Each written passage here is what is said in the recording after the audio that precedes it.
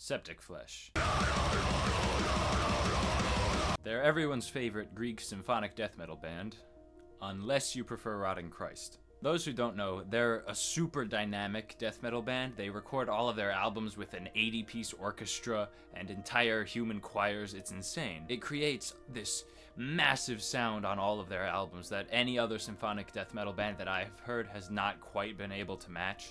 But of course they had to come from somewhere, right? They started in the 90s, and they didn't have access to all these orchestras, so a lot of their albums include really weird dynamic elements, and the album I want to talk about today is 1991's A Fallen Temple. It is a weird release. It's got a few cool new songs. It's split up into a couple sections, all interspersed throughout the album. There is several versions of the main single, The Eldest Cosmonaut, which is an awesome song, but if you're on the expanded version, or even the original, like 3 or 4 of the songs on this album are just different versions of it. There's also a Paradise Lost cover for some reason. And, of course, what I want to talk about today, an entire opera. It's called Underworld, and it is strange.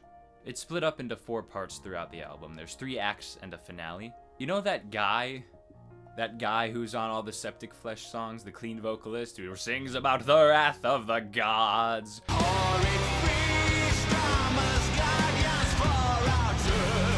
He's on this, but he's not in his usual expressive way. He does a lot of spoken word sections and sings in a lower register. But it's okay, because there's this other guy who, as far as I can tell, played the drums on this album and did vocals on the opera, and that's all. I can't find anything more on this guy. His name is Kostas Giannokostakis, and he does a fantastic job. Also heavily featured on this album is Natalie Rasoulis, a Greek opera singer. She's on a lot of early Septicflesh work, but she is, like I said, very heavily featured on this opera.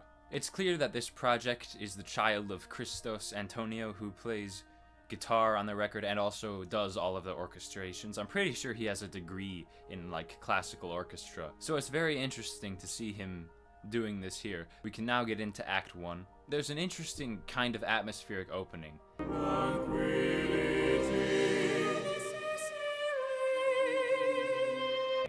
But then, the guy who I was talking about earlier, Kostas Giannokostakis, he is awesome. He gives 110% on every single line. Maybe it's better than way. Maybe it's better than way. It's just fantastic. Like, how can you not enjoy listening to this guy? What doesn't touch doesn't hurt. The eroding frankincense of Marasmus. The eroding frankincense of Marasmus. The biggest criticism I have about this whole thing is some of the longer, more drawn-out instrumental passages.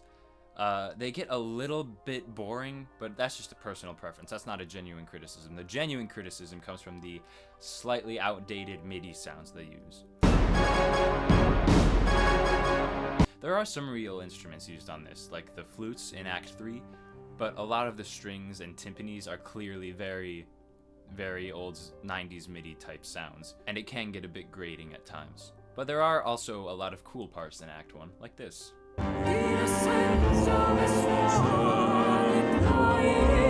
Also, this song has the greatest title drop of anything I've ever heard. An underworld. Act 2 is definitely my favorite out of all 4 of the tracks of this opera.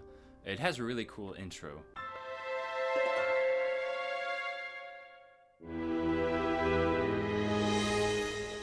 Act 2 just has so many awesome things about it. I don't know what it is, but I really enjoy a lot of random things about it. That guy is back, and he is better than ever. Ambitions has been dried away since a long, long time. There's a lyric that repeats that says, "And the thirst, the need to unfold desire, transforming it into a touchable object." And the thirst, the need to unfold desire, transforming it into a touchable object.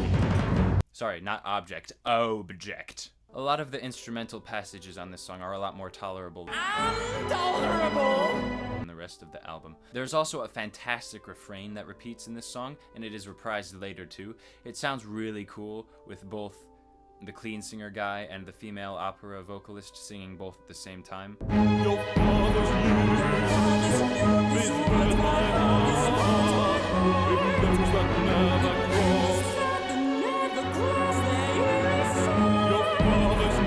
also has an awesome ending. First of all, the lyric, "Hold no more your horses, let them run like lava." No more your horses, let them run like lava. That's the coolest sentences I've ever heard in my entire life. And there's the part, "As a cat with the claws extended." As a cat with the claws extended, orchestrates a merciless grasp.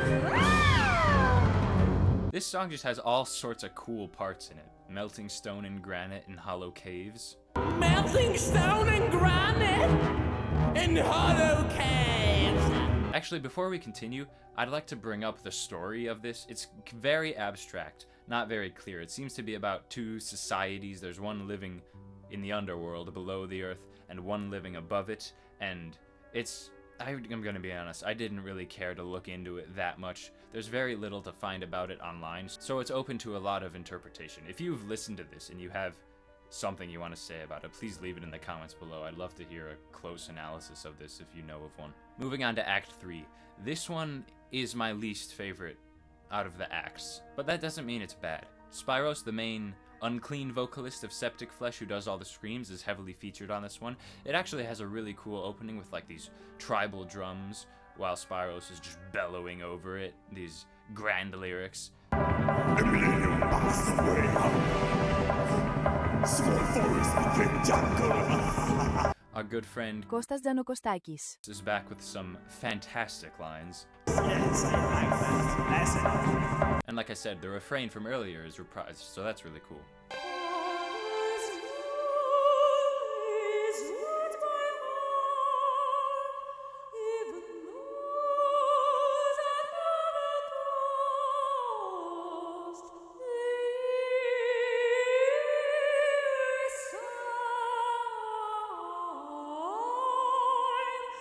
Then we're on to finale, and to be honest, I don't have much to say about this one. It's a good instrumental track to really punctuate everything you've listened to. I can't say it adds a whole lot though. It's kind of just more of the same, like of the interlude on Act 2. It hits, but it doesn't really contribute much in any memorable way. So what does this all mean?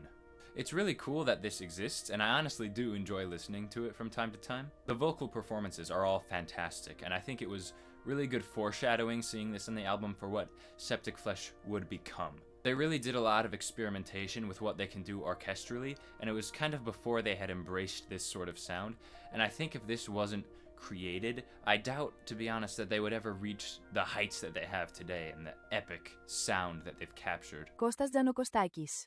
So thank you for watching. I've realized this may have been quite a foolish video to make, considering I have never listened to any other opera in my life, and I know nothing about how opera is supposed to be, and I'm coming at this purely from the status of a Septicflesh fan with no prior knowledge. So, with that being said, I think it's a great time to end. Goodbye. There are always those with laughable time.